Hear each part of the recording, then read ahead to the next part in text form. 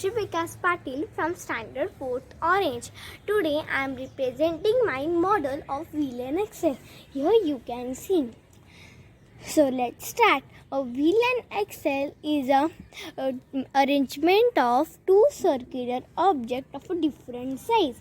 Here you can see it is a two circular object, and this is the bigger one of it has the another means different size. Here this is the axle, this is the wheel.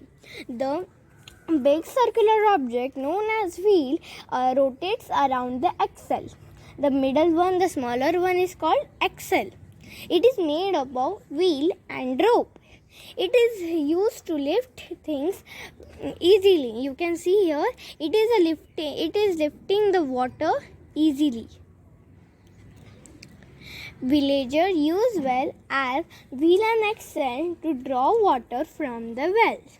In ancient times, when the motors of the well were not invented, they had used to be like these wells. They can draw water from the well easily. Here you can see the water is coming up easily.